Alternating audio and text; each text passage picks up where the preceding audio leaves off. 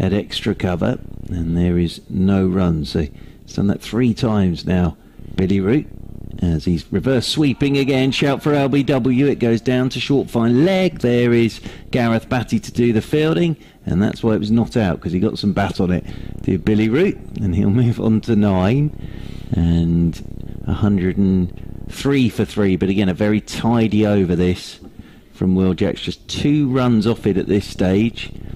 And now they're bringing Gus Atkinson across from mid-wicket to backward point as Jacks is into Cook, goes outside his leg stump, and Jacks follows him. Cook sensibly just knocks it into the leg side. Rory Burns comes around to do the fielding. End of the over, but a very good over that from Will Jacks, Mike Powell. Just 3 runs off it and 104 for 3. Yeah, brings a bit of control, the spin, doesn't it? If it's going your way, but as important as well, you just rush through so many overs. Before you know, you almost feel like you've lost 4 overs, because they're running around, getting top of their mark and bowling as quickly as they can. It's interesting so far with the amount of spin that's bowled so far in this game. There's been very few shots being hit down the ground. As you know, most of the listeners will know how short it is straight down here to the Taff or to the Cathedral Road end, but maybe because the wicket's so quick, so much bounce, I think the lengths have been so good from the spinners, it's hard to get underneath it and hit it straight. So Moriarty resumes from the River Taff end, bowling to Chris Cook on 13 not out, 104 for 3 Glamorgan, with 7 overs remaining as Cook drives to long off and will get a single.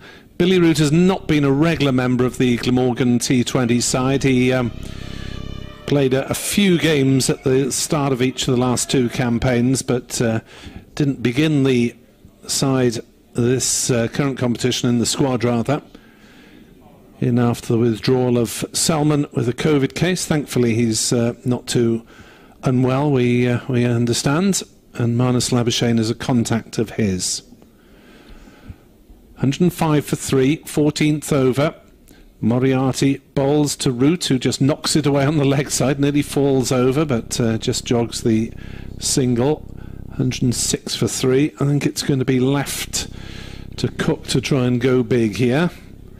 If Glamorgan can get a handle on this 3-pronged Surrey spin attack of Jacks, Moriarty and Batty.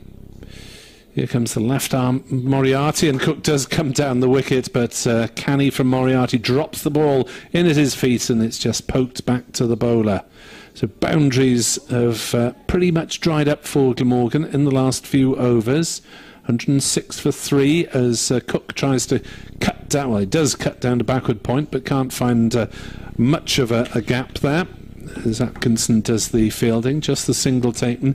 3 runs off 4 balls this over as Moriarty continues his excellent spell. This is 3rd over. Well, spell, he was taken off for 1 over after the first 2. As Root tries a big heave over square leg, but he gets in a muddle, and the ball just rolls back down the wicket. 3 off 5. Surrey's over so far. 107 for 3 in the 14th. As Moriarty bowls, Root down the wicket again, but he's just managed to scrunch the ball back to the bowler. Fine over from Moriarty, just 3 runs off each of the last 2 overs, and Glamorgan is stalling quite badly here. That's great control from Moriarty, and they've thrown everything at him. They've hung back in their crease, they've come down the wicket, they've given themselves a bit of room, and I think they picked up 3 runs from that over. Wonderful stuff from Moriarty. The interesting thing here from a Surrey perspective is he's got 3 more overs of spin. Moriarty's got 1, Jacks has got 1, and then Batty's got 1 himself. It's who he goes to after that, because we have seen with a bit of pace on it's easier, as Will Jacks bowl his final over, and swinging across the line is Cook, bottom edge onto his front pad, rolls away into the offside, and there's no run. That would have gone out the ground. Yeah, he gave absolutely everything towards that. I think Rory Burns was already running back towards the grandstanders. Inside out over extra cover again, straight down the throat of the big figure of Kyle Jamieson down there to our left hand side. So Will Jacks picks up the wicket of Cook. Jamieson hardly had to move. I thought it was going more extra cover, but he actually went straight down Jamieson's throat long off. Cook gone for 15. It's 107 for 4, Mike Powell. Just didn't make that clean sound coming off the back. A little bit clunky, as you say. Jameson didn't have to move, and if you hit very straight down here at Surrey Gardens, it's very short, but as soon as you start straying a little bit wider of that, it starts to stretch and becomes a reasonably long boundary. Unfortunately for Cook, that will happen to go to the offside.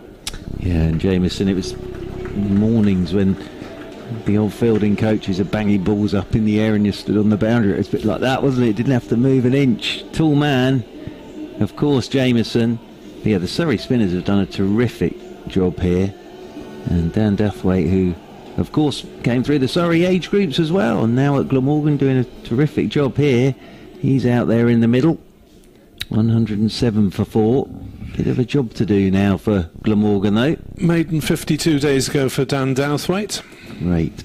He's a good player, Douthwaite, as he waits over his bat. Right-handed, of course. Jacks is into him, and Douthwaite works this one off his pads into the leg side. He'll pick up a single out there towards Rory Burns at deep mid-wicket. One more to the total, but yeah, the boundaries have completely dried up now. Douthwaite, sorry, what was his... Is he on the academy? Did he play second team? And came through, played second team. Never really got a chance first team wise, as this one's cut away by Billy Root out towards Rory Burns, sweeping on the cover rope. But I'm right in saying, aren't I, Mr. Webb, that he came here for university? Yeah, he played one game in Warwickshire's first team, but played for Cardiff MCCU. That's it. So that's where they got him from. Yep, as Jax is into him, and he'll play this one off the back foot. Douthwaite down towards long on. Jamie Overton does the fielding.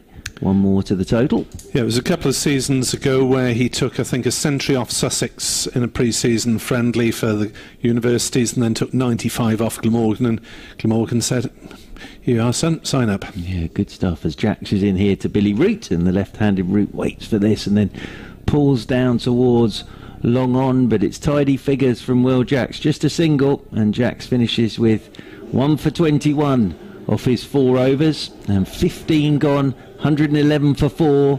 There will be 2 more overs of spin, and then we'll see where Gareth Batty goes. But well, Glamorgan at the moment might need to start finding some boundaries. Yeah, it's a nice little period there at the moment. So Jacks has just gone for the 21 from his 4 overs, pick up the 1 wicket. You've got Moriarty the other end, just a bowling out his last overs. He's just gone for 14 from his 3 overs so far, so nice little tight spell for Surrey here. Yeah, as it'll be Moriarty to bowl his final over. Yeah, Jack's economical. Can Moriarty beat his figures of 1 for 21 as he gets a dot ball to start with? Root coming down the pitch and almost played that from between his legs. I think it was an extraordinary off-balance shot, but it went back to the bowler. Done well to hit that, Billy Reid. Oh, very odd. Moriarty in again, bowls to Root, who sweeps down to fine leg and is up in the circle as Jameson, so there's no run to be had, and Billy Root is not looking a happy man out there. It's not his natural habitat, T20 cricket, compared to either Championship or 50 overs, as he swings, sweeps, gets a trickly bottom edge onto it, and they'll go through for a single, and he'll be quite happy to get off strike and push some singles, and I think that's probably his role from now on, just to knock the ones and let Douthwaite have a go. Yeah, that run rate's just dropping now. It's dropped down to just over 7s, but it was up around about 9s about 5 overs ago. 112 for 4 Glamorgan, as Douthwaite faces up, and Keynes runs straight back to the bowler. 3 dot balls in for Moriarty. It's going to be a fine spell from the young left armour. Can Douthwaite do anything to spoil it? No, he's driven that one straight at Jacks at cover, and that's well fielded as well. And well, Moriarty is having an absolute dream of an evening at the moment. 1 for 15. Here comes his last delivery. He's been superb for Surrey, and Douthwaite drives it back to him, but he's only got a hand to it and might have hurt himself there trying to stop it. They'll go through for a single. It's 113 for 4 after 16 overs. Glamorgan stalling badly, and Moriarty, is he going to need a finger putting back in there, I suppose? Possibly. Well, it's hurt him, and the physio's out there straight away, but he He seems all right. He's okay. walking away from him, isn't he? So I think he'll be all right. I think he's just taken on the end of the finger there. He's given a bit of a shake and a squeeze. But Moriarty, top class. 4 overs, just 16 runs come from that. If you told me he was the overseas coming into this game and watching that spell, I'd believe you. Yeah, it's brilliant from him. Yeah, he is a talent, this one. He really is. And, yeah, he's going to come off now. I think they're going to send Matt Dunn on. Probably precaution as much as anything. He's bowled his 4 overs. Get a bit of ice on him. Yeah, absolutely. So off he goes, Dan Moriarty. Matt Dunn out there as 12th man. And Gareth Batty will bowl his final over from this Cathedral Road end, coming in over the wicket to Douthwaite, who plays this one straight down the ground towards Jamie Overton at long on, and they'll pick up a single. But yeah, that's precautionary, I think, for Moriarty, because they've just gone and sat straight down in the dugout. If it was anything worse than that, they would be going up to a dressing room, I'm sure. But I think that's precautionary as Batty round the wicket, and this is cut away by Billy Root out towards Rory Burns, sweeping on that cover boundary rope. They'll pick up another single. 115 for 4. It seems a long time since we've had a boundary, doesn't it, from a Glamorgan perspective. Does Douthwaite take a gamble here? Yes, he does. It's a short ball. There we go. That's 6. They need a few more of those. That's a big old hip. It was dropped in by Gareth Batty, and a full swing of the bat from Douthwaite, and away for 6. And Glamorgan, as I say, Mike Powell could do with a couple more of those. Yeah, I think Gareth Batty's guilty of second guessing Douthwaite. I think he thought he was going to give himself a bit of room to the leg side, and he sort of threw it down leg, and he was a bit short and a bit ugly, and Dan Douthwaite had plenty of time to pull that for 6. It was a lovely follow through, and admiring the shot from Douthwaite as punched off the back foot out towards Jamieson at long off. Douthwaite will take a single. He moves on to 11. 122 for 4, because it's a long old carry. The boundary rope's probably a good 60 metres in from the grandstand, I would say. Long old carry out there, but he almost got it in the grandstand as Batty round the wicket to Root, and Root swinging but doesn't really get hold of this at all. Potters out into the leg side. Up comes Ollie Pope to do the fielding, and they'll pick up another single. 123 for 4 then, Glamorgan, in the 17th of their 20 overs, stuck in by Surrey. The Surrey spinners have done a good job for them so far as Batty is in over the wicket. Douthwaite drives down the ground, will get a single to Jamieson, and that will be the end of Gareth Batty today. And Batty finishes with none for 29 off his 4 overs. And Mike Powell just doing a little bit of maths here, which is always dangerous with me. And I think that's the 3 spinners together. They've got through their 12 overs, gone for 66 runs and picked up 2 wickets. It's pretty good from the spinners, isn't it? Take that, wouldn't you? We've got 3 overs to go. Fine bowling from the spinners. Very good from the Surrey 3 spinners. And you'd probably say not real the wicket for them to go for those sort of figures, really. No, so a quick bouncy still wicket. Looks a good one, yeah, really. Absolute belter. But I suppose that gives Glamorgan a little bit of a blueprint of possibly the way to go when they come out and bowl. Possibly so. We shall see. Prem Sisodia will no doubt feature up top. Sam Pearce, the new man, could well get a bowl in instead of Callum Taylor, as Douthwaite is caught at mid-off, driving at the first ball of Atkinson's over. It was pitched up a little bit too far. He didn't quite get hold of it and skimmed it straight to mid-off. Glamorgan 5 down. Yeah, he looked a little bit rushed in that shot there, trying to hit the leg side, and ended up sort of slicing it to the...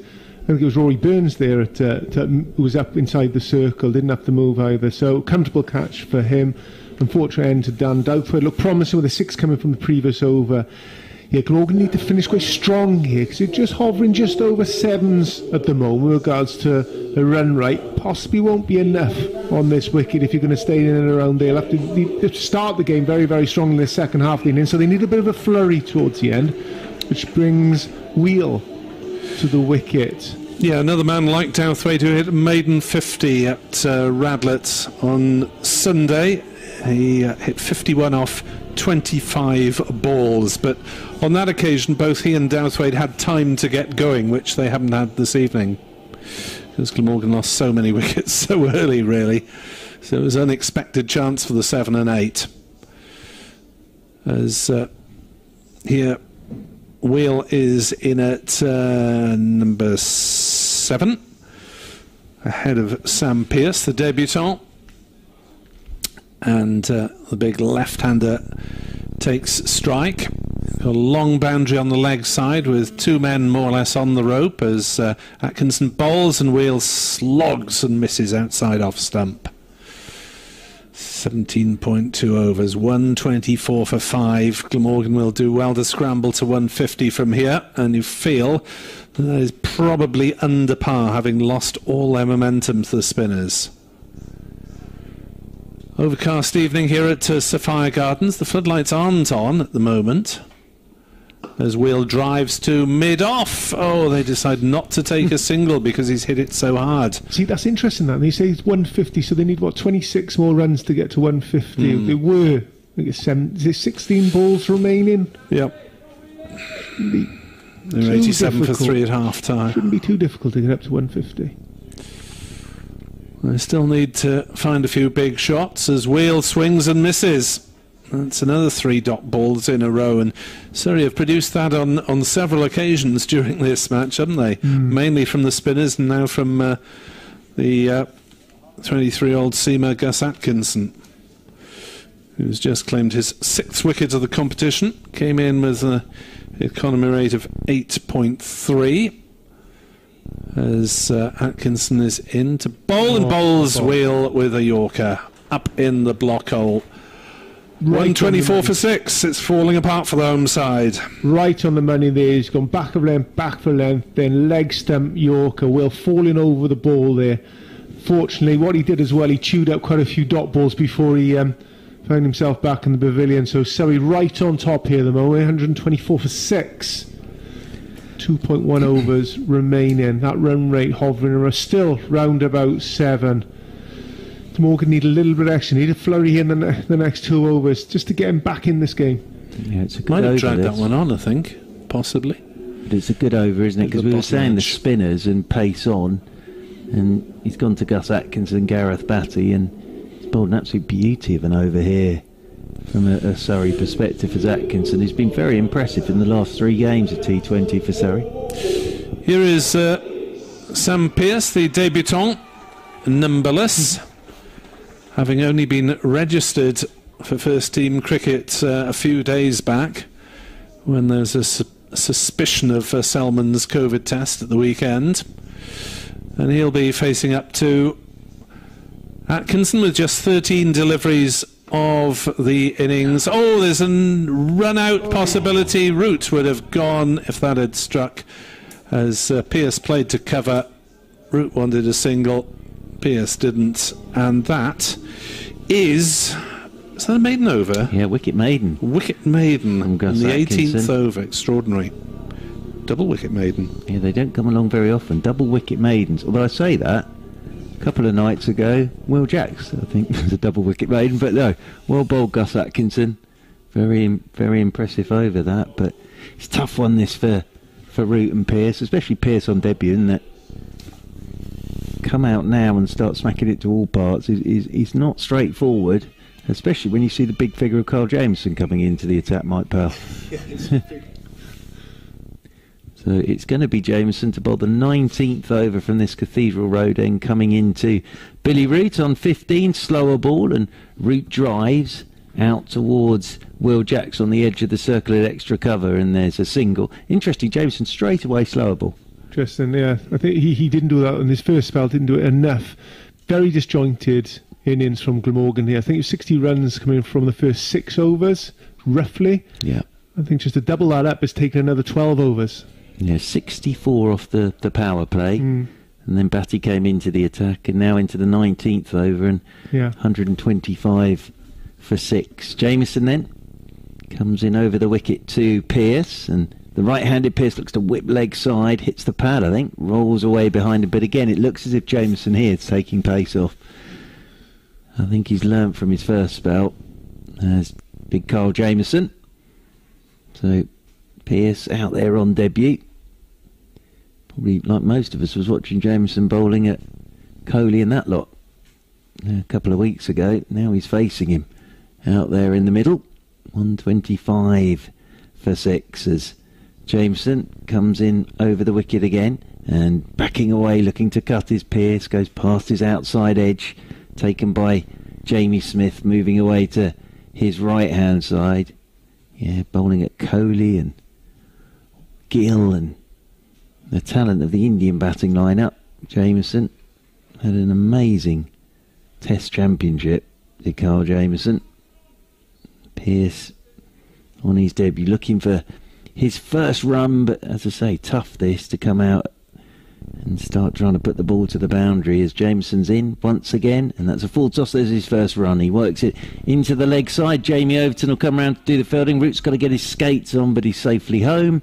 And Pearce is off the mark, and Mike Powell will feel a lot better now. He will feel a lot better. Every dot ball, his pressure just building and building and building. Just want to get off the mark. Well, he's done that now. He's got those 2 runs in the bank for Glamorgan. Just wanders off towards square leg and then settles himself down over his bat once again. 127 for 6 Glamorgan as Jameson is in, slower ball again, and this is, well, gone squirting out into the covers. I thought it was going over backward point, but it's bounced just in front of Will Jacks at extra cover as Pearce tried to go over backward point. He'll get a single, he moves on to 3, but again, I'm not saying Jameson's bowling off breaks here, but it is all pace off now, isn't it, from Carl Jameson? He's definitely learnt from his first spout. But as I say, from a Glamorgan perspective, always have a look at what the opposition have done and how they've bowled. As pace off seems to be the way forward again as Jameson's in, and this is a slower ball, and this is cut away by Billy Root. 1 bounce out towards Laurie Evans, sweeping on that cover boundary rope. So a very tidy over that from Carl Jameson. 19 gone, Mike Powell. 1 to go. And Glamorgan are 129 for 6. Yeah, I said earlier, it's just how disjointed this innings has been, and just for the wicket was almost when David Lloyd got run out by Cook, and Cook went pretty cheaply soon after that. It just took the whole wind out of Glamorgan's sail there, and they're sort of floundering around a little bit, just over 120 from their 19 overs. They need a big over here just to give them some sort of momentum going into the second half of this game. Yep. Because at the moment it's not enough, you feel? At the moment, the game is not quite in the bag, but very much in Surrey's hands. As in comes Atkinson to bowl to Root, who hoists him miles over square leg for 6. Where did that one come from? Billy Root, who has been floundering, 17 off 22, and all of a sudden he's up to a runner ball. Yeah, that's exactly what Glamorgan need. Whether or not it'll be enough, only time will tell, but they definitely need something going into the second half. Great start to the over for Glamorgan. 6, huge 6 over deep square. Well. Will Root get anything else in the arc? As in comes Atkinson again. Root steps away, gives himself room, and he's hit that one over backward point for 6. Extraordinary. 141 for 6 Glamorgan. 4 balls to come, and all of a sudden Root's got 2 right off the middle of the bat. See, Gareth Batty's gone out to have a chat with him as well. He got Burns in that conversation, just having a word in his ear, slowing things down, possibly thinking of slower balls, probably thinking of Yorkers, just trying to calm him down. Interesting thing was, you knew those were going for 6 just from the sound off his bat, didn't you? Just absolutely nailed those 2. Billy Root, great stuff from Billy Root. He moves on to 29 not out. Glamorgan on to 141 for 6. Surrey, having started their last over, can take all the time they want for a little team conference. Gareth Batty.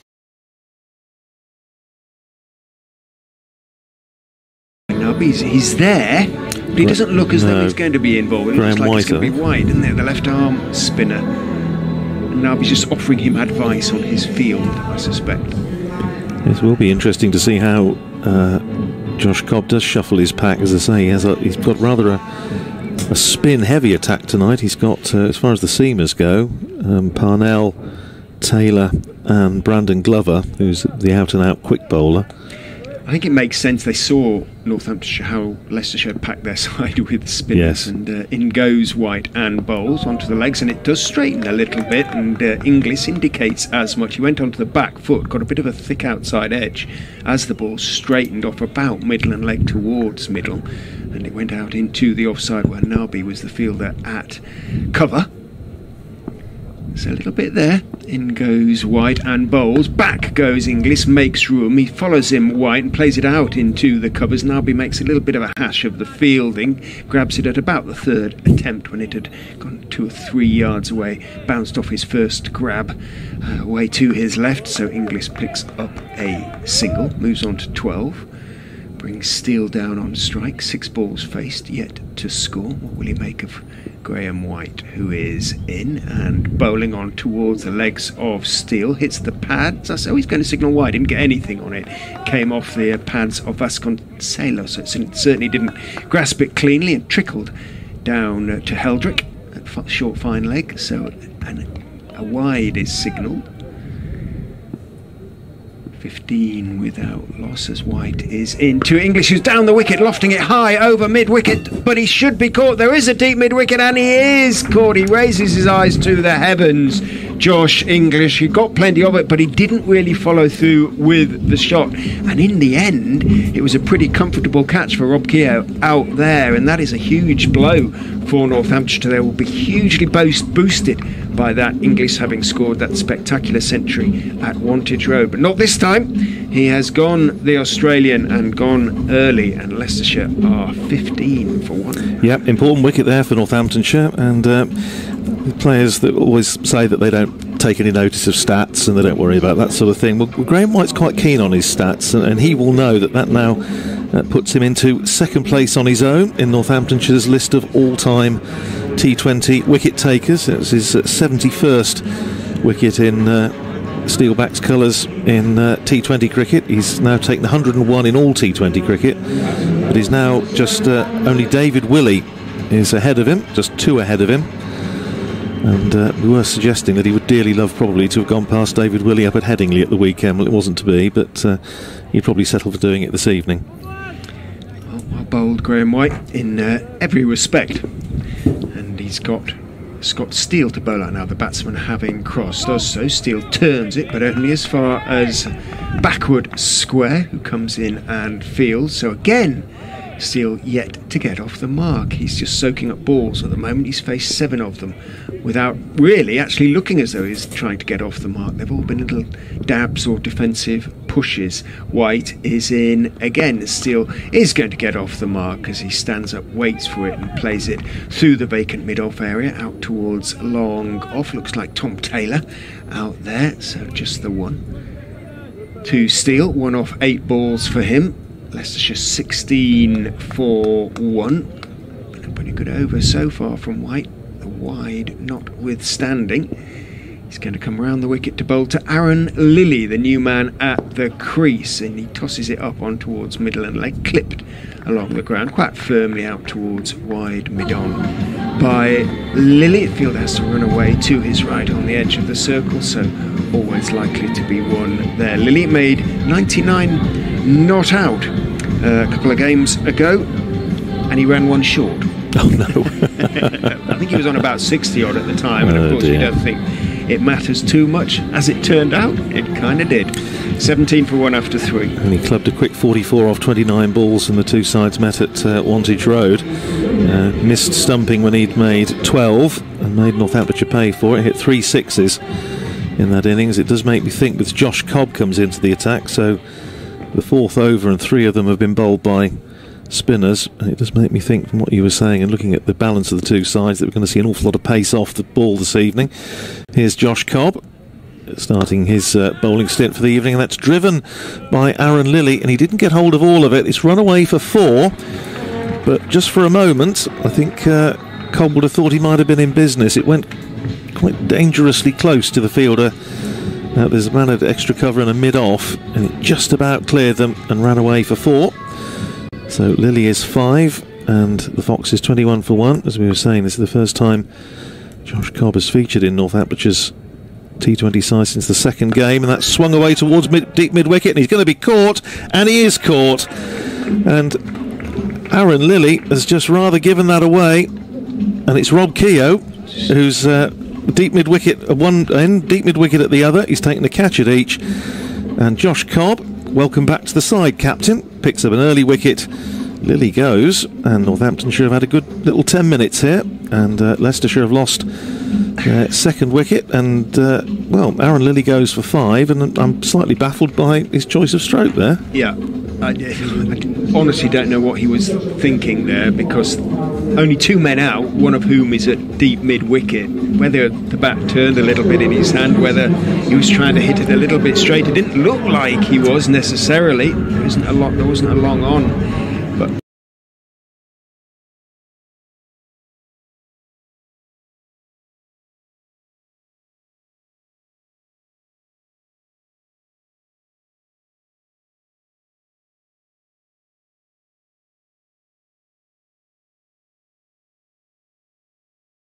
well, there you go.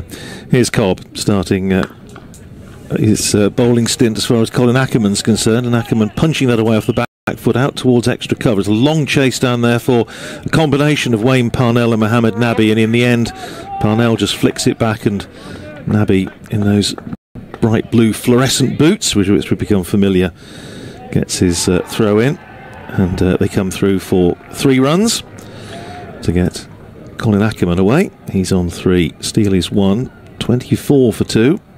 Inglis out for 12. Lilly for 5. And Cobb going round the wicket to Scott Steele, who tries the reverse sort of switch hit with the man at short third, man in the ring, in the circle, but doesn't make contact, goes into the gloves of Vasconcelos. He's Cobb in again. Bowls to Steele. This time he just drops it out on the offside, and they come through for an easy single, fielded by one of the wicket takers this evening, Graham White, who's in there at extra cover. And now it's a change in the field for Ackerman. They're strengthening the offside, and now a ring of 5, saving 1 on the offside. They've now got about a point, a cover, an extra cover, a mid-off, as well as a backward point. Cobb in again, bowls, and he's caught and bowled. Ackerman just chips that back to Josh Cobb. Second wicket of the over for Northamptonshire's returning white ball captain. Colin Ackerman can't believe it. I suspect just beaten in the flight, just hit it straight back to him. He goes, and another success for Northamptonshire. Go up, well, go and congratulate their captain, as I say, back in the side, and he's had an immediate impact. 2 wickets in the over, and Leicestershire 25 for 3. This is pretty horrible stuff from the Foxes at the moment. Northamptonshire, I suspect, can't quite believe their luck. He might just have held that one back a little bit, Josh, and in looking to turn his wrists on it, Ackerman just chipped it straight back to the former Leicestershire man. 25 for 3, and we are still only 4 overs into the innings, so the power play at the moment decisively potentially in favour of Northamptonshire. Steele on 2 from 10 balls. Well, Lewis Hill did well, coming in at number 5 against Worcestershire last time out. Made a very good half century, hit one of the biggest sixes I've ever seen. Barely swinging the bat, cleared the Graham Hick Pavilion by some margin, but it's Rishi Patel. That is a big blow. It was extraordinary. I don't think, well, as Lewis himself said, I couldn't quite believe it, really. It was still travelling, that one, but it's Rishi Patel. Oh, is it? Lewis Hill. It is Lewis Hill, I beg your pardon, it is Hilly. Thought it might be after the way he played, and Rishi got a little bit bogged down in the middle of the innings against Worcester, so desperately need Hill to continue that sort of form. Leicestershire, he won't be on strike, it will be Steele on strike, because Josh Cobb, having taken 2 wickets in his over, comes to the end of it. Bowled Josh, 2 for 8 he's got from his 1 over. Graham White's going to continue. Spin very much the way to go. He's going to be bowling from the Bennett end.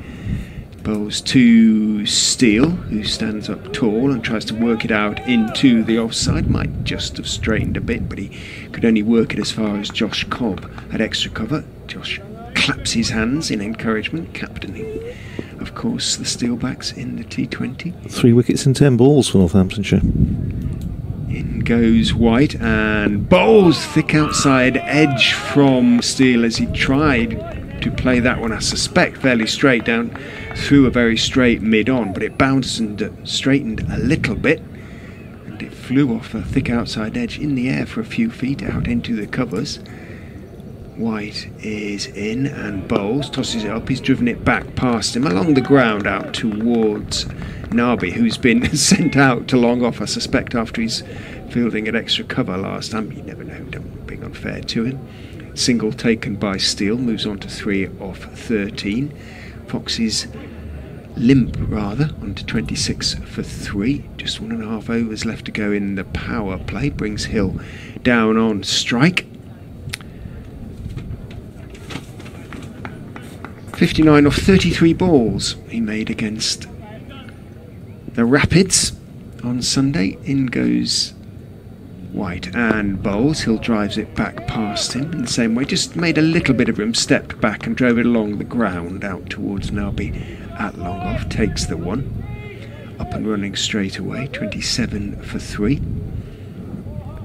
Well, the wicket is going to take a little bit of turn all the way through. Foxes have plenty of spin in their own armoury. In goes White and bowls outside off stump, back foot carve by Steele, but it was a little bit stiff-armed and he rather ended up steering it out to Parnell, who's at point. 27 for 3 remains the score. 1 ball to go in what's been a pretty good over. Just the 2 singles from it so far. White is in. Bowls to Steele, who goes back, looking to force. Gets a thick inside edge back along the ground to Graham White. Holds the ball threateningly as if he's going to hurl it at the stump. Steele holds his eye, puts his eyes up to the heavens, understandably so, because, as I say, just the 2 singles from the over. After 5 overs, Leicestershire 27 for 3, Steele 3 off 15 balls. Yeah, it's Scott Steele just can't get going, can he, at the moment? And it's going to be more spin. There's going to be Josh Cobb to continue, and it means, yeah, this will be the final over of the power play, and all but 1 have been bowled by the spinners. So presumably, if you say that the 3 spinners are all going to bowl 4, presumably Freddie Heldrick will get a go. It means that we may not see a great deal of seam at all. They may have a quiet evening, Mrs. Parnell, Glover and Taylor. There's going to be Josh Cobb. Northamptonshire having picked up 3 wickets in 10 balls. This Cobb starting a fresh over round the wicket. Bowls to Hill, hits him on the pad as he tries to sweep. Not out in response to the appeal, says umpire Tom Lungley. Pitched a long way outside. Yeah, I think it was probably as much as anything else to make sure they didn't think about a single. One of those sort of appeals. There's Cobb at the end of his mark, bowling round the wicket, and Hill once again sweeps. Does make contact this time, but it only goes down to Freddie Heldrick on the edge of the circle from the 45-degree angle, saving one on the onside, and they come through for a single. As well, he did make contact, because that didn't pitch outside. That didn't pitch outside, no. Then I think the question might have been asked if he'd missed, yeah, but he didn't. 2 to Hill, and Leicestershire up to 28 for 3. 2 men out at the moment for the last over of the power play. Deep mid wicket and long on.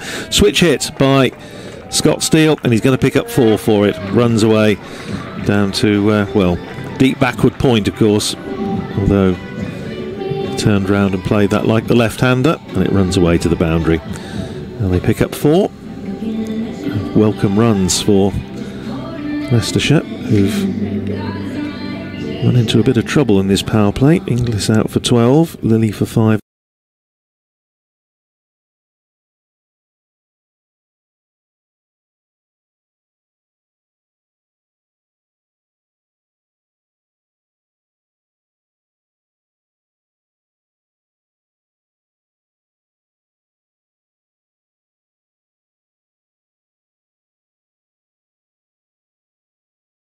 Terminate prod, and that's one of Surrey's big hitters gone. 254 runs, and he won't add to that. God, that was soft, wasn't it? Standard ball just outside off. I'd imagine no turn just because the wicket is so fast and bouncing. He's just punched that to a wanting cover fielder. Who took the catch there? Did you see there, Nick? I think it was Walker. Roman Walker, I think. Yeah, another man we've mentioned so far this evening, playing just his second T20 game of the season, and his fifth overall, I believe. Very soft, isn't it? Surrey, 1 for none. Well, it's the perfect start for Glamorgan, though. Get rid of Will Jacks, first ball of the run chase. That's one of them down. Laurie Evans is in at 3. He's averaging 23, strike rate of 132. Burns at the other end rather than Smith, despite Smith hitting a half century last time out. Yeah, I wonder if that's to give Rory Burns 20 overs to bat, because he's sort of been coming in at 5 with not much left. Evans, then, former Sussex player, 33 years old, and off the mark first ball with a single out towards deep mid-wicket. Surrey underway, 1 for 1. As Sisodia operates as so often from the River Taff end, may well bowl 2 in a row, has bowled 3 in a row in the power play if things are going his way. He hasn't been as economical as last season. He's averaging 8.66 and 5 wickets so far for Glamorgan. Make that 6 with that one, as the left-handed Burns takes strike. And interestingly, a couple of the offside fielders are in quite tight to really save the single. Mid-wicket is back as Sisodia bowls, and Burns drives nicely out towards mid-wicket. There's a sliding stop, and done well there just to keep them down to a single. 2 for 1, Surrey. Everyone runs round frantically for the difference between right and left-handers. Man down on the fence at long on has got about 50 metres to go as forward prods Evans. Defensively, Cook jogs out from behind the stumps and collects. Really good start this from Sisodia, isn't it? That wicket and very tight. Can he get through this first over without a boundary? Glamorgan looking to squeeze on the singles as well, as down the wicket comes Evans and drives to mid-wicket for a single. 3 for 1. Glamorgan will be quite happy to concede singles in the power play.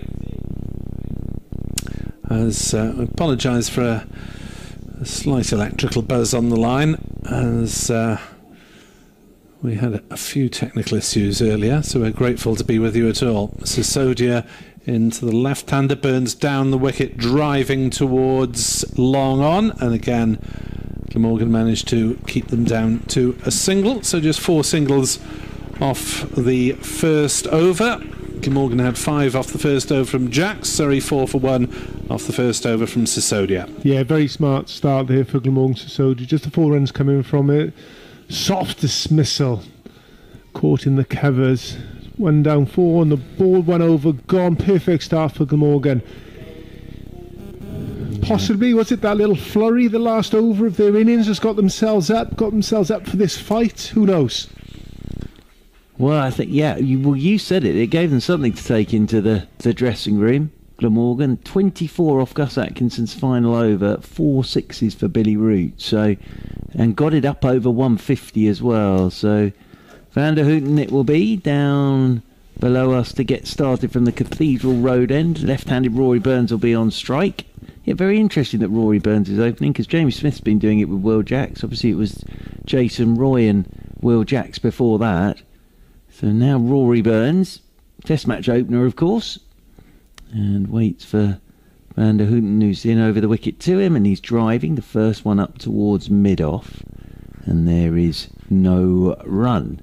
But yet very important from a Glamorgan point of view to get off to a good tight start with the ball, because if Will Jacks had got going, he scores very, very quickly, but just tried to smash it through the covers and just hit. Walker stood on the edge of the circle at extra cover as Rory Burns waits once again, left-handed of course. Van der Houten's into him, he's driving, gets this out towards backward point. They'll take the quick single, and 1 more to the total. Burns on to 3. Surrey move on to 5 for 1. That's a feature of Surrey as well, as they're running between the wickets. They will scamper when Ollie Pope gets out there. He will absolutely tear between the wickets, and that's something they like to do, is put a bit of pressure on the fielders. Burns is no slouch. Evans is pretty quick as well. Laurie Evans, fantastic record in T20 cricket all around the world, has Laurie Evans. Van der Houten is in over the wicket to him, and he's forward, playing this one up towards mid-on, and again takes the single. That'll be one more to Evans. He moves on to 3, 6 for 1. We were looking at his T20 record. He averages more than Jason Roy in 2020 cricket, Laurie Evans. You can understand why Surrey was so keen to sign him, can you? How's he gone this year? Yeah, well, he's only really played 2020, but good. Yeah, really good. And he's played a couple of match-winning knocks, and he plays all around the world now. He plays in Sri Lankan Premier League, and you can tell as Burns waits, and that's down the leg side. He's trying to flip that over short fine leg. Didn't get anything on it. Wide will be the signal, and that'll be one more to the total, and the extra delivery in the over. He's an attractive player to watch as well, Laurie Evans. I have to say, when himself and Jason Roy are together and going, it's pretty spectacular stuff. Shots all round the ground. Different job to do tonight as Burns waits again, and Burns swings across the line. I think that's hit him in the chest, actually, and run down towards third man. And the throw will come in. Oh, he's got a bit of battle glove on that as Rory Burns gets a single. But again, this is a good over, tight over. No boundaries yet for Surrey. 8 for 1 they are, chasing 154 to win after Glamorgan posted 153 for 6. And as we were saying, thanks to Billy Root's 4 sixes in the final over. He finished 41 not out, Billy Root, as Evans waits again, and Evans is driving in the air and will go. Caught at mid-off. Laurie Evans has looked for the big shot, and Colin Ingram, good catch. Diving away to his right-hand side. Evans has gone. Jacks has gone. This is exactly what Glamorgan needed. 2 of Surrey's top order already back in the dugout, and Surrey might power 8 for 2. Yeah, it's interesting with the experience you said Laurie Evans has got. I haven't seen a ball being hit straight off the seamers today. I've seen a lot of cuts, a lot of pulls, a lot of balls being helped on its way behind the batter, but nothing being hit straight. It's interesting that his first full straight delivery he's had, he's tried that shot. You just felt before that wicket there was just a little bit of pressure on Surrey. Someone was going to crack. There hasn't been a boundary. More importantly, that pressure is still there for Surrey. Yeah, very good start from Glamorgan. And 8 for 2. Surrey. Jack's gone first ball, and Laurie Evans goes for just 3, and that will bring a certain Ollie Pope out into the middle. We'd better get used to this place because he'll be playing here in the 100. Yes, indeed. Indeed. Probably looking for a flat this afternoon as he waits over his bat as Van der Houten comes into the right-handed Pope, and Pope's first ball pushes into the offside, and it's a very good over. There's no run. 2 gone, the wicket of Laurie Evans, and 8 for 2 Surrey, chasing 154, and there was us saying what a belter of a wicket this is, and 153 for 6 and 8 for 2, Mike Pell. But this game can change very quickly. It's not dissimilar to where Glamorgan went about their batting in the first power play, wasn't it? It was all Glamorgan. Then quickly Surrey put the squeeze on with the spinners. They changed very, very quickly. Just take a rest. It's not a big. It's still 8 and over. That's all that's required, really. You talk about how well they run between the wickets. They run very well, pick up the singles, and the boundaries will eventually start to come. So there's no panic at the moment, and so there's no need to panic. Well, Glamorgan have gone to James Wheel for over number 3 instead of sticking with Sisodia, which I thought they might. James Wheel, something of an Alex Worf look-alike from a distance, tall, shaven-headed, as he's in to bowl, and Burns drives beautifully down the ground and will get 4 runs too long off as Surrey move on to 12 for 2. If you don't want to know the latest Euro or the final Euro score, then shut your ears now.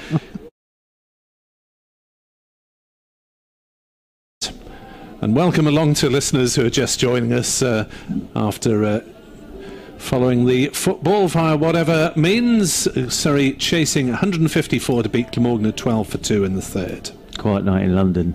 Absolutely. Quiet night in Cardiff. 12 for 2. You're in the right place. As Wheel is in to bowl to Burns on 8 not out, and Burns gets a short ball that he slaps over, point for 6.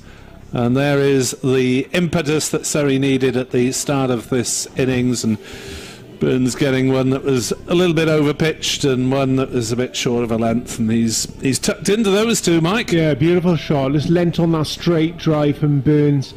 Wheel trying to adjust and go a little bit short, but ended up going a little bit short and a little bit too wide, and Burns cutting that over point. Classic bowler reaction, went back to his foot marks, get a bit of a scratch with his boots. Obviously slipped rather than his own ability.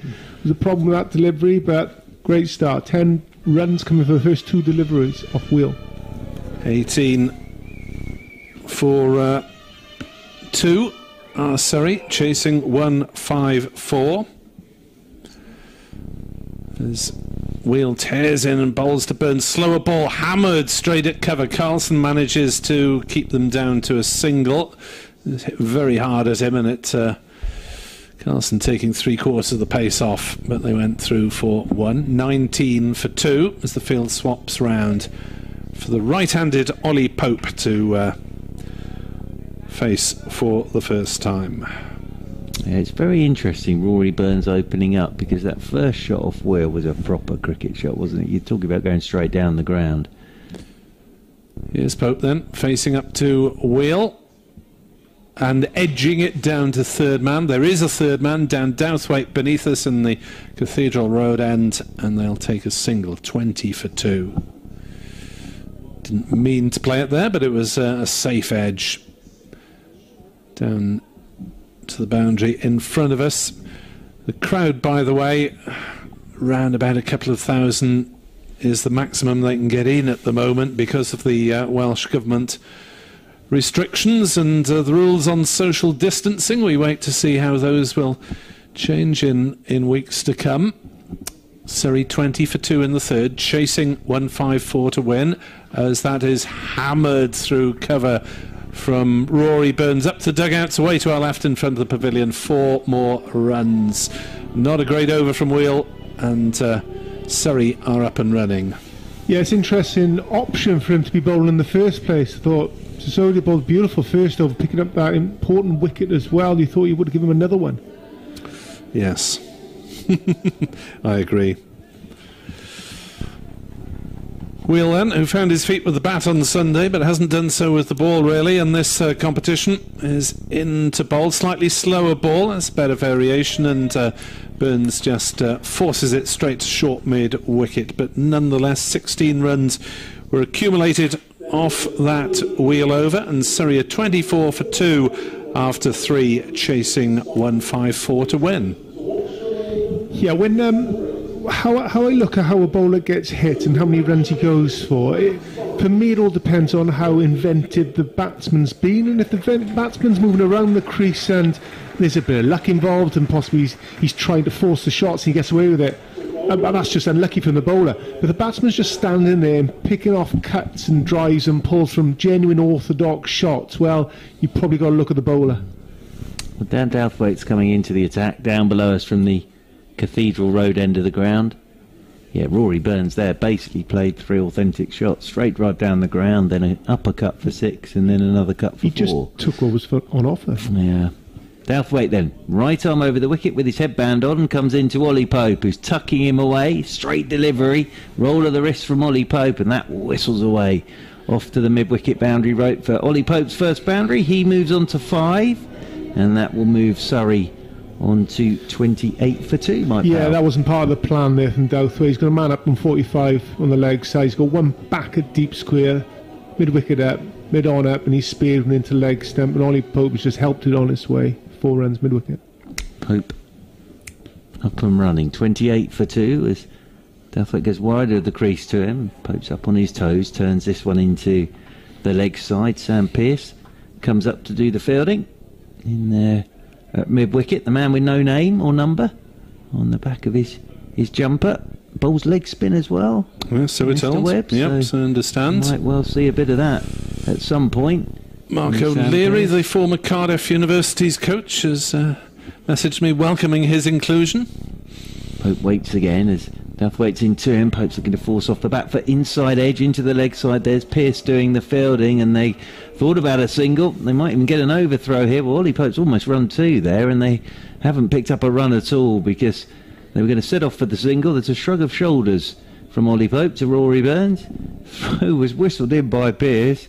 And then there was an overthrow, we thought, and in the end Ollie Pope doesn't get any runs at all as he settles again over his bat as Douthwaite comes over the wicket to him, and Pope's driving, nice looking shot, but just hits the fielder in there at extra cover, Biddy Root, and there is no run. But no, great to see 2,000 in tonight, round about that number, and nice to have the crowd in again this evening. Where are you at the Oval in terms of capacity at the moment? Still at the, well, basically it's all members at the moment, as in over the wicket comes Douthwaite, and the slower ball, which is driven by Ollie Pope out towards extra cover. The interesting one is the one-day international on the 1st is being used as a pilot event, so 50% capacity for crowd and 100% hospitality. I think so every sporting event in July in England is a test event, isn't it? I wish we had a few, yeah. 28 for 2 as over the wicket once again comes Douthwaite, and quick singles taken by Ollie Pope, direct hit. Ollie Pope's quick, they're convinced, Billy Root's convinced that's out, and umpire Baldwin shakes his head, but he sprinted through, and Ollie Pope is quick. We said he'd take the fielders on, well I did, and the throw comes in. That must have been mighty tight, and I thought he was struggling, but I think he was struggling there. Just look at the replay on the screen's got available. His bat actually bounced up in the air as he was going over the crease line, and yeah, I think there's just about enough doubt in it, isn't there? Without the freeze frame, we can't give you a definitive here. I think he was probably out if I had to put my money one side or the other, but the umpire can't really give probablys. Yeah, he was out and he wasn't given. Yeah, I would say he's got away with one as well there, as Ollie Pope. But he's gonna do that. He's gonna take you on in the covers. Good bit of work from Billy Root, but still there on 6.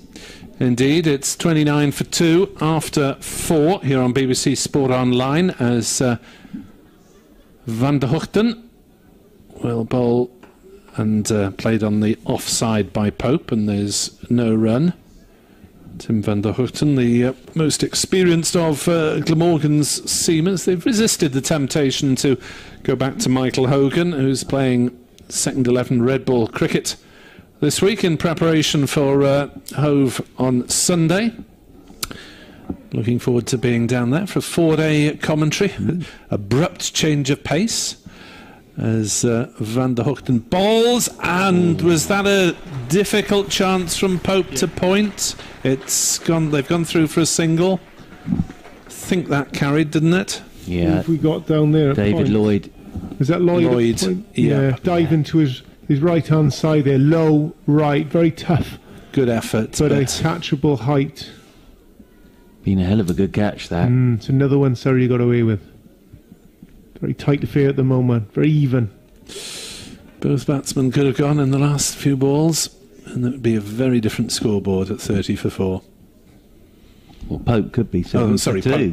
Pope was the man both sides, sorry. Apologies. Next delivery smacked through the offside by the left-handed Burns. He moves on to 20 with a single there. 31 for 2. Here was Pope on both occasions. Nearly ran out on 5 and then dropped a run later. But Van der Hoogten looking to impose a bit of order after a couple of decent overs from Surrey. 31 for 2. Maybe 153 posted by Glamorgan will be more competitive than we thought it might be at halfway. Van der Hoogten bowls outside off stump, hammered away there by Pope. Lent into that one, crashed it to the backward point boundary, 35 for 2. Yeah, very welcome boundary there for Surrey. Get themselves back into this game. The halfway stage, probably thought they were well in front. Actually, 19 overs into the first half of this game, they were well in front. 20 overs, they're still in front, but not as well as they were before, chasing 150. They're slowly creeping back into it. 35 for 2. Having been 8 for 2. So Glamorgan need to keep taking wickets to put some sort of squeeze on Surrey, and they won't get one there as that's clipped away nicely down towards backward square. Sliding stop by Root on the boundary, but another 2 runs for Ollie Pope. He moves to 13, Surrey to 37 for 2. Last delivery of the 5th over coming up, as Glamorgan have one more over with all the fielders in, then they can push them back, or push back another 3 after the 6 overs power play. Van der Hoogten into bowl, forced through the leg side by Pope for 4 more. Well, this is a really bright start from Ollie Pope. He's whistled up to 17 in no time at all, and Surrey move on to 41, I believe, as the score on the board disappears. 41 it is after 5. Yeah, classy shot there from Pope. Very stylish players working that ball through mid-wicket of 4 runs. Welcome. Sure, we got 16 runs. 12 runs from that? 12 off that over. That last over. Yeah, 16 off the James Wheel over. Douthwaite, just 5 runs from his first over. 4 runs from his first ball of his first over. So he dragged that down very nicely. Still bowling from the Cathedral Road end. Mixes his up more than most, doesn't he, Douthwaite? Well, final over of the power play. After 6, Glamorgan were 64 for 1. So Douthwaite comes round the wicket to Rory Burns. Short, Burns pulling, top edge. Got onto him quicker than he thought. And he'll get a single down there towards fine leg. And that'll be 1 more to the total. And 42 for 2 now, Surrey. And back onto strike comes Ollie Pope. Yeah, after that first ball went for 4, it's been good stuff this from Mr. Douthwaite with his headband, keeping his long hair out of his eyes, as Ollie Pope on 17 waits for Douthwaite, who's over the wicket turn, goes wide of the crease. Oh dear, he's gone onto leg stump there, and that'll just be flicked away by Ollie Pope. Went wide of the crease, and Ollie Pope just waited for that and flicked it behind square. Whistles away for 4 runs. Pope's on to 21. And it's 46 for 2, Mike Powell. Yeah, it's almost like his effort ball is going down leg side. His first delivery of his previous over went down there as well. And that one, is like he's put everything into it and it's slipped down leg side. For a batsman as good as Pope, that's just 4 ends all day, every day. Could almost see what was going to happen as he let the ball go there. Douthwaite's in once again. Pope's driving. Thickish edge down towards third man. They'll pick up a single. 1 more to the total. Pope has already moved on to 22. It's had a couple of lives, Ollie Pope. 1 run out and 1 catch at backward point, but still there. 47 for 2 as Rory Burns on 21 comes back on to strike. That target again, just a reminder, 154 for Surrey to win this, as Douthwaite comes round the wicket to Rory Burns, and Burns backs to outside his leg stump, then drives. Doesn't really time this, actually, to the edge of the cover ring. Will pick up a single. Rory Burns, he moves on to 22. And Ollie Pope will come back onto strike once again. But as always with Ollie Pope, it's been busy stuff since he's got out there in the middle. Never really gives the bowlers any rest. Always trying to manufacture shots, and as we said, run hard between the wickets as Douthwaite's in once again to him, and he's driving on the up for 4. It's a gorgeous shot from Ollie Pope. Bit of width from Douthwaite, and Ollie Pope's just waited on the front foot and driven that through cover point for 4 runs. And Ollie Pope will move on to 26. 50 up for Surrey. Mike Powell 52 for 2. Lovely shot that for the covers. Slightly wide, slightly short, and Pope just easing that through the covers here. It's just echoes of Ian Bell. It's been said many, many times before, but it's a stylish player. Yes. Was Ian Bell the old Ollie Pope? That, you could put it that way. As over the wicket comes Douthwaite, and slower ball, well bowled, and pushed by Ollie Pope up towards mid-off. But there you go, good ball, and he still finds a single up towards Colin Ingram. And it's the end of the over, the end of the power play. So Surrey at the end of the power play, 53 for 2, and as I was saying, Mike Powell, Glamorgan were actually 64 for 1, but then the spinners came into the story. Yeah, this is where the game changed for Glamorgan on their batting. 6 overs in, they were flying, and all of a sudden a couple of wickets, the spinners got involved and things slowed right down. So it could be a similar sort of theme here. Are they going with the spinners, or no, they're sticking with the seam? At the moment, they got Roman Walker, looks like Roman Walker's ball from the taff end here, so he's staying with the seamers. So this is where, if Surrey can just keep on the same pace they're going at the moment, just operating at 7 runs and over at the moment, doing very, very well. Oh, sorry, run rate is 8, just over 8 at the moment, so requiring 7s. But you're right, this is where Surrey took control of the first half of the game. So Roman Walker, playing his second game of the season. He was actually the most economical of the Glamorgan bowlers in that defeat against Middlesex at Radlett, and the Eskenazi onslaught, and Walker bowls and Pope chops it down hard into the ground, and it bounces up to Lloyd at backward point. There can't be too many Romans playing professional cricket, I wouldn't have thought. One of the only ones. Yes. Mr. Walker. Roman Isaac Walker. Yes, indeed. England under-19 international from the Wrexham area. Grant Stewart's playing for Italy, isn't he? That's close to Rome. Might be. As Paul Pope's pulled that one away down to backward square for a single. The Kent Aussie all-rounder is Italian Gareth as well. Berg. Gareth Berg's played cricket for Italy as well. Right. Yes. Be a nice place to play that, I would have thought. You'd have thought so. Good food. Mike Powell, got any continental grandparents who can sneak in? Oh, I wish I did. I'll settle for village cricket with Crick Owl. Just as good as anywhere. Craig Meshter played for Germany while he was with Glamorgan. 54 for 2, Surrey. Exactly 100 needed to win. We're in the 7th over out of the 20, as that's driven back to Walker, and unfortunately he takes the pace off the ball, and they can go through for a single. Burns to 23. 55 for 2. The best one was your old teammate, Mr. Hemp. Played for Bermuda. Well, he was born there. Yeah, I know, but brilliant. Fantastic. Thanks ever so much. I'll go and play some cricket in Bermuda. Yeah, thank you very much. World Cup in there as well. Yeah, enjoyed fantastic. That. As next ball almost plays on there, Ollie Pope chopping it down, bounced back up to wicketkeeper Chris Cook. I mean, you've got a decent tan going there. Couldn't you claim a bit of Bermuda blood there, Mr. Church? Mine's just dirt, unfortunately. Speaking of David Hemp there, he's actually coaching Pakistan women's team at the moment via, is he Sydney or Perth he's living at the moment? Victoria he went to live in, I think. As that's cut away down towards third man, just about picked up by Dowthwaite inside the boundary. Good piece of fielding from the big all-rounder at full stretch, but Ollie Pope has picked up another couple of runs. He's raced on to 30 not out. Yeah, he was, I think, with Victoria, doing some Victoria Spirit, is it, the women's side there? Yeah, I think you're right. And now in charge of Pakistan women. 57 for 2. Must try and get hold of him sometime to talk about it.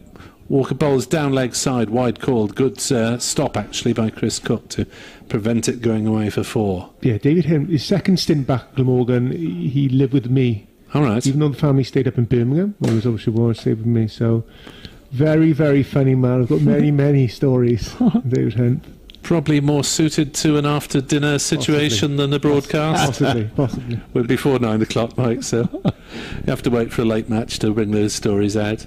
Walker is in to bowl to Pope, who pulls towards square leg. Has he bisected the field? No, it's a good piece of fielding on the boundary, and they have to hurry back for 2 runs. And that seems to be something coming into the game more and more, that one fielder dives and flicks it to the other, Mike. Yeah, I mean, if you look yourself as a fielder, basically fundamentally your job is either to catch the ball if you break it right down, or get the ball back as quickly as possible. I mean, 2 of you is quicker doing it than one. Absolutely do it. But fielding has just gone through the roof. It's so skillful. This Glamorgan team has been excellent. The games I've watched this year and last year have been excellent. So Sam Pearce is coming into the attack. Thank you to James, who just reminded me via the wonderful world of Twitter that Michael Di Veneto played for Italy. He did? Yes. Now there's a proper player. Yeah. At least he's got an Italian sounding name. He has, yes. Not like Grant Stewart or Gareth Berg. No. So, yes, Mr. Di Veneto played for Italy as well. And, well, here we go. Sam Pearce with his leg breaks into the attack. Yeah, we haven't got Marnus Labuschagne, so you have a bowl instead. Well, no pressure, boy. Yeah, got Rory Burns and Ollie Pope to bowl that as well. 60 for 2. Pearce comes in over the wicket to Rory Burns. He's looking to cut the first one and goes past his edge and taken behind the stumps neatly and tidily by the skipper. So comes in once again over the wicket to Burns, and Burns looking to work leg side, just skips onto him. Nice start this from Pearce, because whatever you say, Mike Powell, there will be some nerves around, I would have thought. Especially looking down at England's test opener and England's middle order batsman. As down the pitch comes Burns and just tucks this one down towards long on. He'll take a single. One more to the total. 61 for 2. Ollie Pope won't want Pearce to settle, so it'll be quite interesting to see how Ollie Pope goes about this. To Sam Pearce. Field all changes for the right-hander to go back on that leg side boundary rope. Long off, long on sweeper on the cover rope as Pearce is over the wicket to Pope, who's immediately down the pitch to him, tucking him into the leg side, swings Billy Root round to his left at deep mid-wicket, and they'll come scampering back for 2. Sensibly played by Ollie Pope. Yeah, very quick bowling from Pearce so far, hasn't he? Speared them in. Pope's on to 34. 63 for 2, Surrey. As in comes Pearce again, and Ollie Pope down the pitch once more, and it's a quick delivery again from Pearce. Don't blame him, and it's tucked leg side by Pope. He picks up a single, one more to him, and he's on to 35. I can confirm via the work of our friends at the Hugh Evans Picture Agency that Ollie Pope was out. We've got a still of it. Yes. We did try to convince you. Yes, we did try and convince you, Mr. Webb. Well, I thought he was probably out, but I could he was out. the umpires. In over the wicket once again comes Pearce. Reverse sweep is out from Burns. It was a full toss. He missed it. It almost bowled him. Pearce's first over is a very tidy one. Just 4 off it, Mike Powell. That's a real settler, isn't it? Wonderful start. A big confident boost as the sanitizer comes on. So Surrey at the moment 64 for 2, requiring another 90 runs to win from 12 overs remaining. We've got Pope on 34, Burns on 24. We've got Walker possibly still bowling, but Walker's still bowling from the taff end. But more importantly, Pearce bowling his first ever over in T20 cricket. I mean, his debut for Glamorgan has gone for 4 runs from his first over. Very well done. Yeah, and a real settler for him as well. And he'll be better for getting that first over out the way, will Sam Pearce. Roman Walker then, one of 5 Welsh players in this starting 11, which is always good to see. Walker in, bowls, and Pope gets a single out towards mid-wicket. In terms of English-born players, there's Root, Douthwaite and Wheel, so only 3 born overseas, which is quite low for Glamorgan in recent years, who've had a sizable Southern Hemisphere-born contingent of various types. 65 for 2.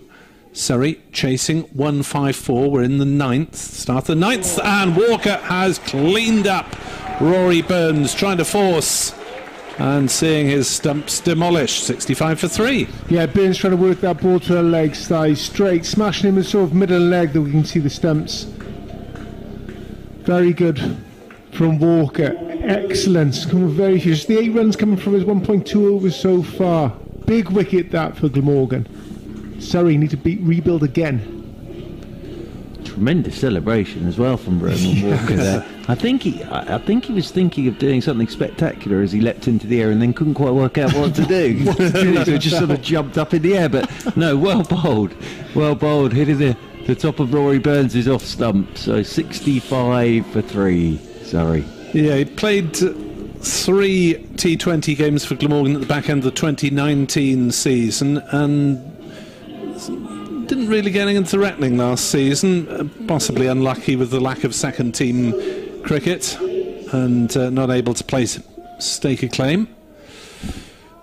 So Surrey 65 for 3 in the 9th as Jamie Smith 57 against Sussex last time out comes the wicket. Yeah, that was his first T20 50 from 43 balls with 2 4s and 2 6s. Jamie Smith. Roman Walker to bowl to him, and that's run down into the gully. Good diving save by David Lloyd, and that's the sort of stop you get when you've just had a little boost to your team's morale, I guess. Flinging yourself around even more so than normal.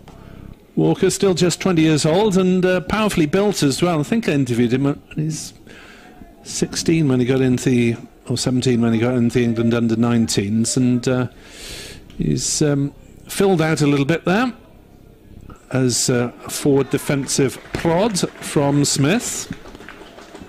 And Surrey just suspicions that they're starting to stall, but Glamorgan still need to get rid of Ollie Pope pretty quickly.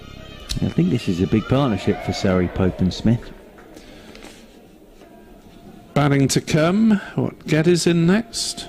Yeah, I suppose it depends where Surrey are in the game, because Geddes is still very early in his career. Just 19 years old.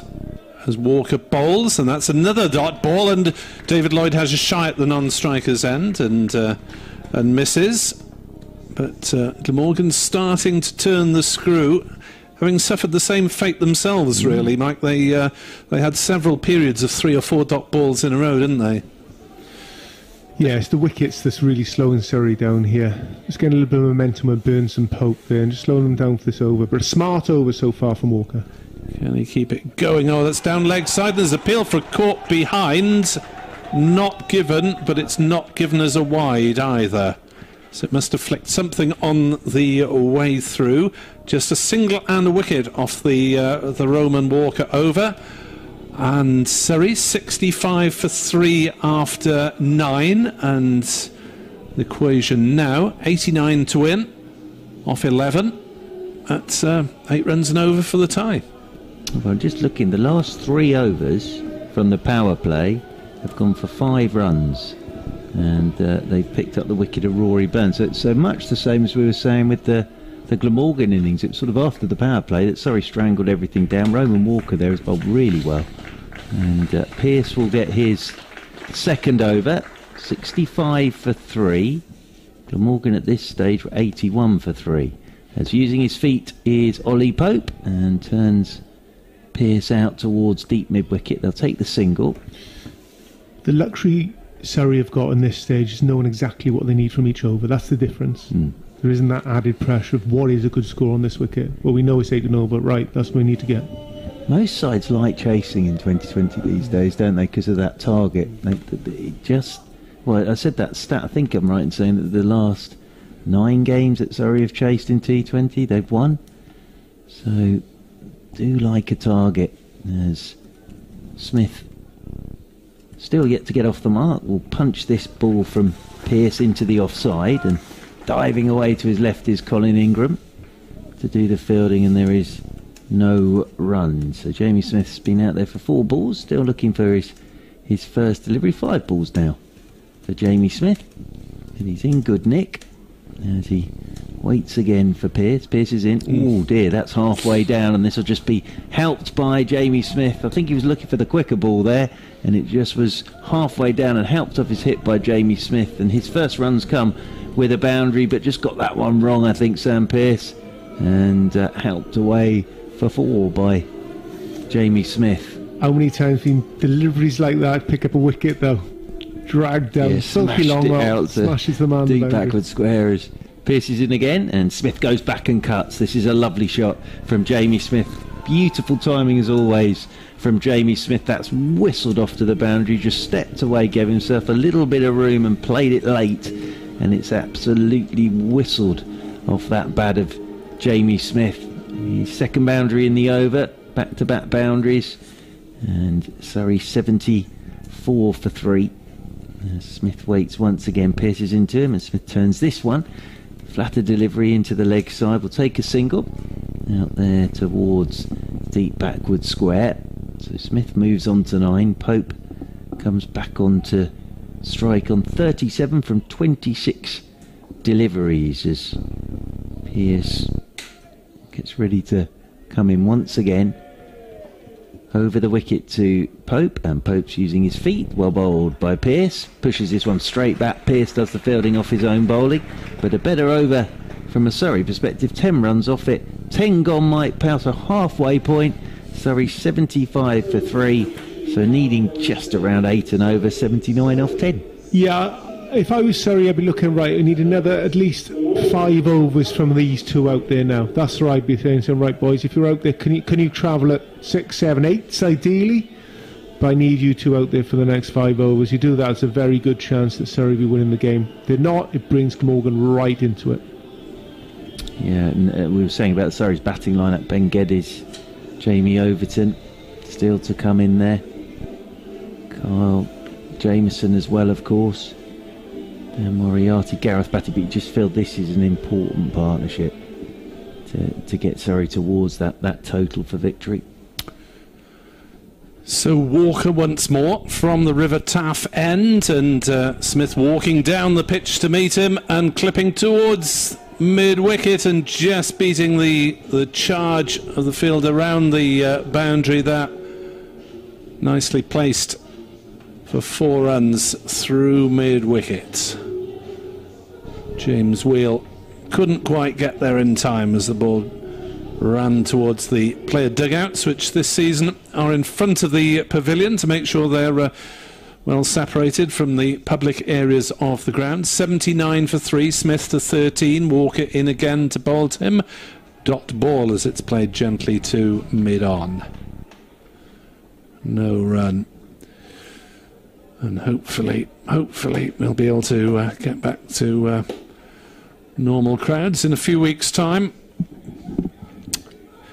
when Glamorgan will be playing One Day Cup, and some announcements on that maybe on the way. Who knows? As Walker bowls, and that's turned on the leg side for a single, and they'll have to settle for that as Pope sends his partner back. 4 One Day Cup matches to be played here, and 4 matches, of course, for the Welsh Fire 100 franchise in the roughly mid-July to mid-August period. It'll be interesting to see what the capacity is at Wembley if England get to the final. Oh, that'll be a test event. 80 for 3. Surrey chasing 154. Walker into bowl, and Pope takes a quick single up to Van der Hoogten at mid-on. That was well timed actually, because it was just a soft bat, dab and run, and once the ball had run past the bowler there was always a single there. 81 for 3. Get the feeling that Glamorgan really still needs some more wickets if they're to stand a chance of winning this game. They're fighting at the moment, but Smith has started well, and Walker bowls to him, and he gets another single out towards mid-wicket. Van der Hoogten in fact runs round from mid-on to do the fielding. 82 for 3. Yeah, it's been a nice start from Jamie Smith. I'm saying he hadn't scored a run off his first 5 balls, but now just beginning to tick. First shot he played for 4 off Roman Walker in this over was a lovely shot. Some members of the crowd getting excited about something or other, not necessarily related to what's happening in the middle. Great stop by David Lloyd, could have been a run out as Pope set off, got nearly halfway down, was sent back. Lloyd only had one stump to aim at, and he was falling as he threw as well, so it would have been a miracle if he had it, but Pope nearly sold himself short there. Just about managed to get back, I think. 82 for 3, 11 overs bowled. Equation 72 off 9 at 8. Yeah, we talked about the luxury of knowing exactly what you need each over, and that's the thing. So if you take a boundary to get 1 4, all of a sudden you're just picking up singles. almost ran themselves out there unnecessarily off the last ball. But right, we've got a boundary right, single, right, we've done it. Right, next over, let's do it again. Yeah. Pick up 2 boundaries, big bonus. Yeah, and Prem Sisodia is coming into the attack now from the Cathedral Road end, coming left arm round the wicket, and it's a full toss driven by Jamie Smith out towards the sweeper on the cover boundary rope. Congratulations, Mark. What have I done? You're an opposition station commentator who can pronounce Sisodia. Oh, well done. Very much. Thank you very much indeed. Thank you. Got something right at last. Sisodia comes around the wicket once again to Ollie Pope, who's using his feet, waits for this, and then sort of flat bats it out towards the sweeper on the cover boundary rope. So they'll pick up one more. Pope's on to 39, 84 for 3, Surrey. That target, just a reminder, 154. We're in the 12th over as Sisodia comes left arm round the wicket to Jamie Smith and turning into the leg side. They'll think about 2 here, but it will just be the single. As quickly up is Billy Root to do the fielding. It's good stuff from Billy Root. Came sprinting in off that boundary rope. Quite a bit of space to work with on that leg side. Kept it down to 1. Sisodia wanders in once again, comes left arm round the wicket. That's short and wide, and Ollie Pope will feel he's missed out there because he's cut it and toe end of the bat, and it's just rolled to Colin Ingram in there at extra cover. So I feel for him there. Yep, he tried to absolutely smash that, did Ollie Pope, and mistimed it completely as Sisodia's into him, and Ollie Pope's down the pitch, well bowled by Sisodia, because Ollie Pope can only push this one straight back up the pitch, and Sisodia does the fielding off his own bowling. Good over this from Sisodia. 3 off it, last ball of this the 12th. He comes into Ollie Pope, and Pope's cutting, this time in front of square, but the fielding is good, sweeping out in front of the pavilion. Wheel out there, I think, and they'll pick up a couple. 2 more to Ollie Pope, but good over from Sisodia. Keeps it tight. 5 Mike Powell off that over. 87 for 3, sorry. Yeah, another smart over there from Sisodia. Just a 9 coming from his 2 overs so far. A little bit of a squeeze on, sorry. Pope's still out there, 41. Smith getting himself going at the moment, 17. Score 87. Still 67 required. 8 overs remaining. If this was a boxing bout, just sizing each other up at the moment. No one's really prepared to finish it off. Let's go in the full distance, I think. Yeah. Surrey ahead on points, just about. Borderline. Very, very tight. Split decision. Pope 41, Smith 17. They've got 2 well-set batsmen, which is crucial, and Roman Walker will continue to bowl and beats the hoik of Smith as he tries to hit it into the pavilion. Yeah, I think that went past his bottom edge, Jamie Smith, but trying to swing that into the pavilion away to our left-hand side, Jamie Smith. I think this is 4 overs on the bounce for Walker, isn't it? It's pretty unusual in this form of the game. Can he finish it off well? 1 for 15 at the moment. Bowls a short ball that beats the hook of Smith, and it's well taken by Chris Cook, leaping above his head. Yeah, a little bit of extra pace, a little bit of extra bounce. Surprising the batsman.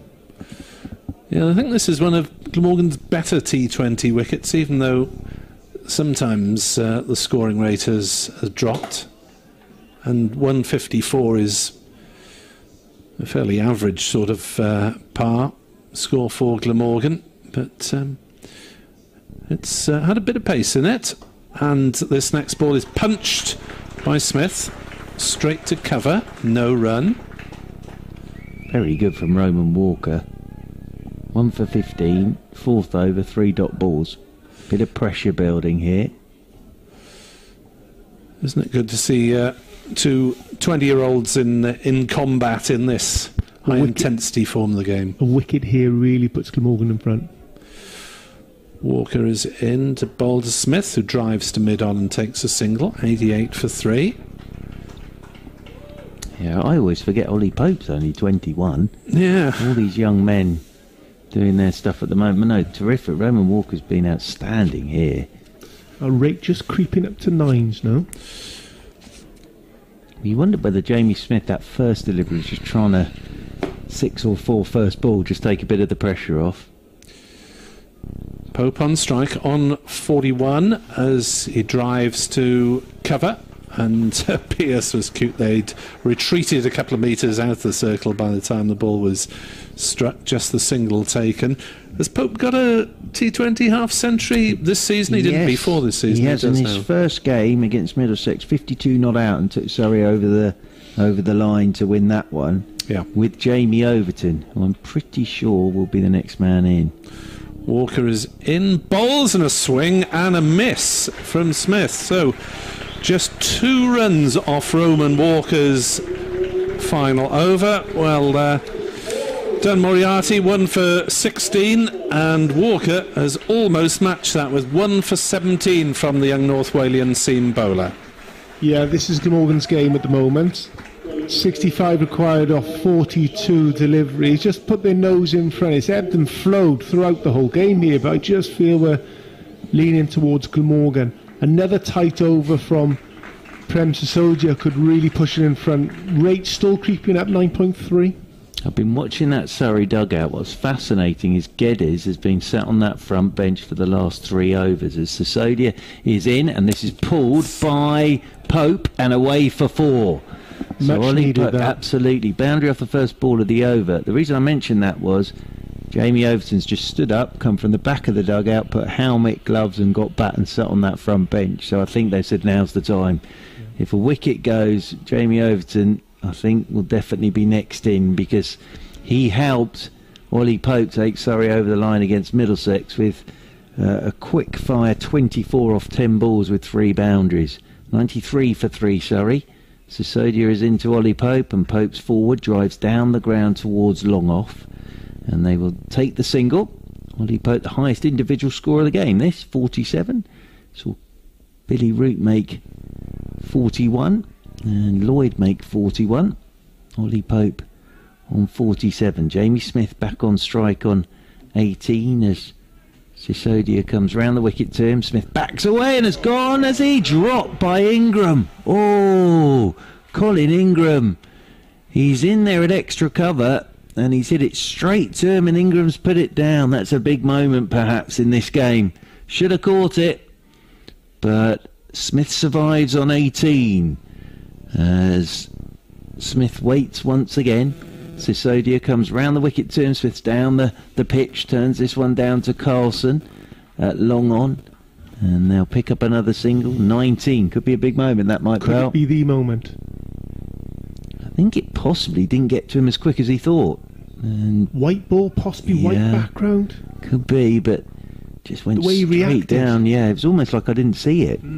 As Sisodia round the wicket to Pope, and Pope's down the pitch, picks it up on the full, works it into the leg side. Up comes Billy Root to do the fielding, and they will pick up another single.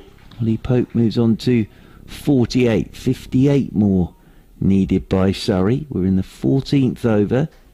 Their target 154. It's all getting very tense here as Sisodia comes round the wicket to Jamie Smith, and Smith waits for this and turns it leg side straight out to Billy Root, and they'll pick up a single. So boundary off the first ball of the over, but came back very well there, did Sisodia, and should have had Jamie Smith, but the catch went down, and 14 overs gone, 6 left, 57 needed by Surrey. It's tight this at the moment, Mike Bell. 9.5 and over. That rates keep on creeping up. You don't get above 10s, there could be a problem. What you won't do is leave it down to what Root did, is at 24 for the last over. That's not going to happen. They need Pope. Pope's there at the end. They win this game. Well, James Wheel will need a better over than his first one if Glamorgan are to continue this pressure. That went for 16. Can happen to any bowler in this short format, of course, but Wheel, I think, yet to prove himself really in this form for Glamorgan, as he'll race towards us and bowl to Smith, who misses one outside off stump. No, he's got a feather on it, and he's caught behind as Chris Cook tosses the ball high in celebration, and Smith walks off. James Wheel has justified being recalled into the attack and Glamorgan get a crucial wicket to try and put the brakes on Surrey. 97 for 4. Smith goes for 20. Yeah, stalling there, 23 balls to get to his 20s are probably not the innings that was required for Surrey at this point in time. Maybe a change of batsman might put a bit more impetus into this innings. Still a lot of runs needed, 57s needed, 5.5 overs remaining. Well, at least it looks that Glamorgan will get to a competitive end to a game, which they haven't on last couple of occasions. There wasn't really much drama about the finish, or, well, the second half of the Middlesex innings, really, at Radlett, and they were reasonably comfortably beaten over in Bristol. Here's Whelan to the new man. Tall form of Jamie Overton, who will get off the mark first ball with a turn down towards fine leg. Turns, looks for the second. Sisodia's throw comes skimming in to Cook, and there is no second. 98 for 4. It was these two that took Surrey over the line against Middlesex and came together with Surrey 115 for 5, chasing 175 for victory. So they've done it once already, Pope and Overton, this season. Wheel is in to bowl to Pope, who will get runs on the onside. They run the first one fast, they turn, but that's a good piece of sprinting from young Kieran Carlson, one of the gun fielders in this Glamorgan lineup, who is relied upon to dash around the boundary. 99 for 4. Pope to 49 not out. Overton, big muscly fellow, around about the 6'5" mark, I guess, Mark. He can certainly hit a long ball, given half a chance. Wheel will try and prevent him from with a ball that is short of length. Tries to hook, doesn't get anything on it. That's his one short ball for the over. Put it this way, if you were doing a county rugby team, I would definitely have Overton and Jameson somewhere near my second row. Or yeah, and Wheel would be in the back row, probably. Absolutely. 6 or 8. Some tall fellas on show. And he comes, running in from the River Taff end. Bowls outside off stump, and Overton gets firm bat on that. Is that 4 or 6? 4, just pitched inside the long on rope. A big muscular swing by Overton. And the Surrey 100 is up there. 103 for 4, needing 51 to win. And this is the last ball of the 15th over. Yeah, they'll need a few more blows to that to get themselves home tonight. Overton could be the man doing it. He's got all the skills, and he's a big, strong man. Long hitter of the ball, some short boundary straight, as they usually are. The Sapphire Gardens. Just slight change in field. They're long on up inside the inner circle. They're moving him back now to that ball's just been struck. Coming off inside the rope, extra cover, backward point, and a man at 45. Beyond that, everyone else is on the boundary. Last ball of the over. Big ball, almost, you feel these days, as Wheel is into bowl. Up in the block hole, they'll take a quick single. Well, that was dynamic stuff. Cook's side foot hits the wicket, but Pope, like a whippet, was home there. The ball didn't travel very far from the wicket at all, but they dashed through for a single. It's 104 for 4. There were 7 runs off that over, and Surrey need 50 off 5, which even my level of mathematics tells you is 10 runs and over. Yeah, it was an exciting single, that, wasn't it? Off the last ball of the over. But as I say, these two have done it once already for Surrey this season. Overton's coming off the back of that 24 not out and a 28, so he's got some runs. Big over this. Yeah. As you said, last over. They're not going to want to leave it to the last one either, are they? They need 2 boundaries at over. Sisodia is in to Overton, bowls him! Well bowled, Prem Sisodia. Jamie Overton looking to swing that over the leg side, and he clips the stumps. That's a big wicket. Jamie Overton goes, well bowled, Prem Sisodia. Yeah, ugly shot from Overton there, just slogging across the line. Prem slipping that ball into middle stump. Well bowled. more pressure ploughed on Surrey now. Overton back in the pavilion, 6 to his name. Pope stranded at the other end on 49. 10s required from the last 5 overs. They've got a lot to do, Surrey, to bring this game home. Well, 104 for 5, and Ben Geddes makes his way out there in his 4th T20 game for Surrey, with an opportunity here. He's got Ollie Pope at the non-striker's end on 49, 19 years of age. Ben Geddes, and made his debut 3 games ago, so an opportunity here for him. There's a bit of pressure about the place. 50 required from Sisodia with that big wicket of Jamie Overton. Ben Geddes right-handed. They're just rearranging the field for him. 2 back on that leg side boundary rope as Sisodia. Round the wicket he comes to Geddes, and Geddes' his first ball. He's off the mark. Just drives down the ground towards long off. They'll take the single, and Geddes will move on to 1, and that brings Ollie Pope on to strike on 49. So he's had a bit of pressure in his career already, Ollie Pope. There's a little bit here for him as well, as Sisodia comes round the wicket to him, and he's driving nicely out towards the sweeper on the cover rope. But again, good stuff from Sisodia. Wicket was fantastic, but singles are good as well. That's the Ollie Pope 50. With that single, 39 balls, 6 fours. Nice innings from Ollie Pope, but just the reaction is thanks very much, but I've still got some work to do here. The way he raised that bat as Sisodia is into Geddes, and Geddes uses his feet, whips this one down the ground towards Carlson. I think it'll only be the single. They've been very good on the boundaries today.